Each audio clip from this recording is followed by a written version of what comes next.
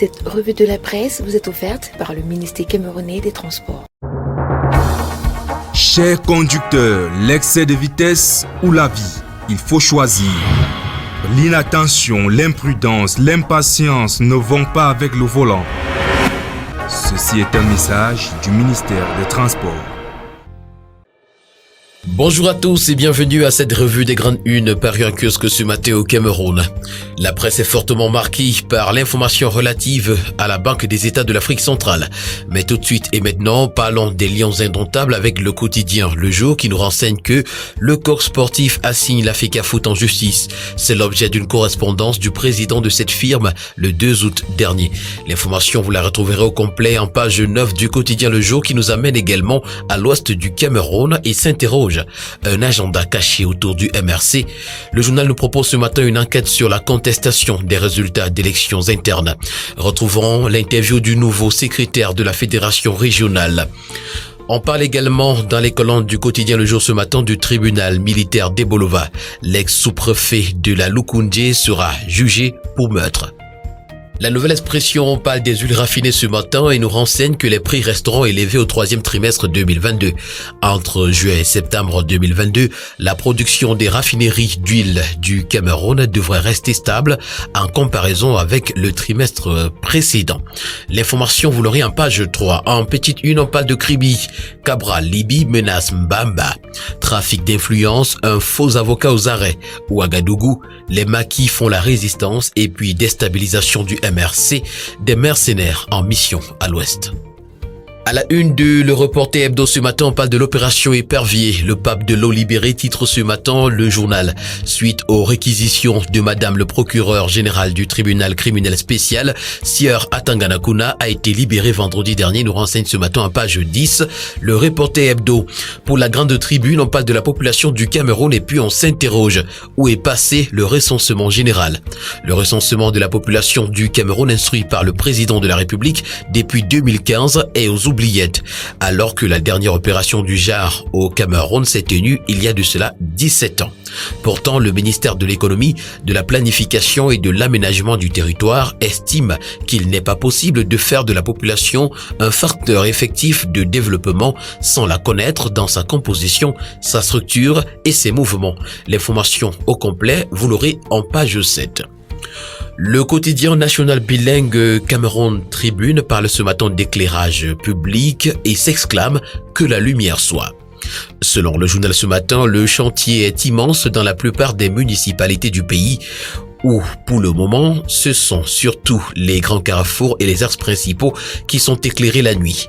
Il faudra donc trouver les moyens conséquents, les options les plus appropriées, mais aussi mener le combat contre l'incivisme et le vandalisme qui freinent les efforts et favorisent l'insécurité dans les quartiers plongés dans la pénombre. Le focus de Cameroun Tribune consacré à cette affaire est à retrouver ce matin des pages 15 à 17.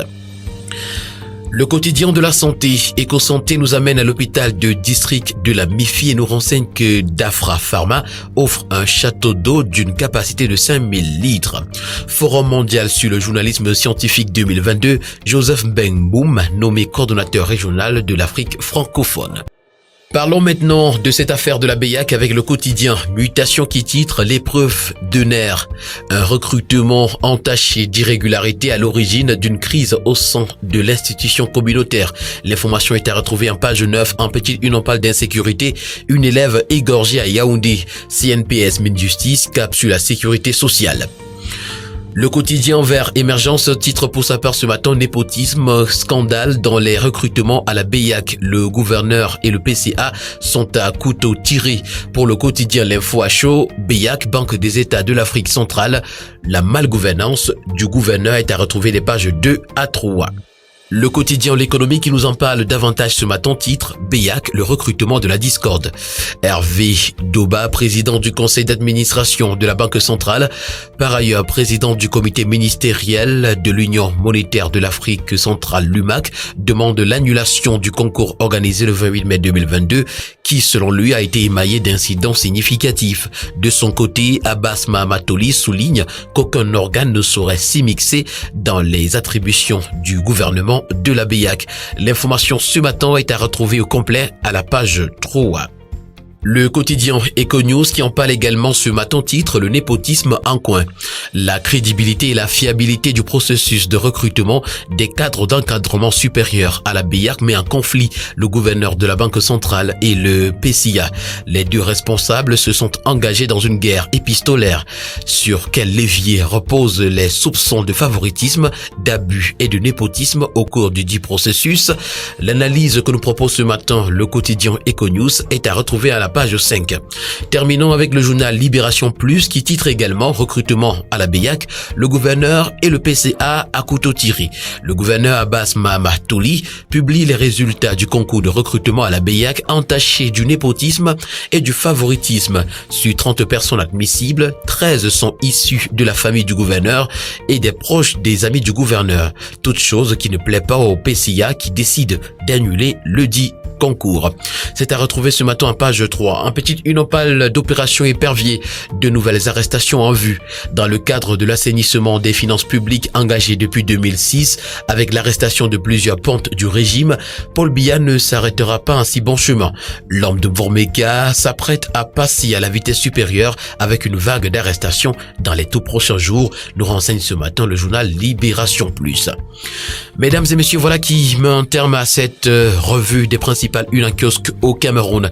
Merci d'avoir été à l'écoute et rendez-vous demain pour une nouvelle édition. D'ici là, portez-vous bien. Bonne journée à tous.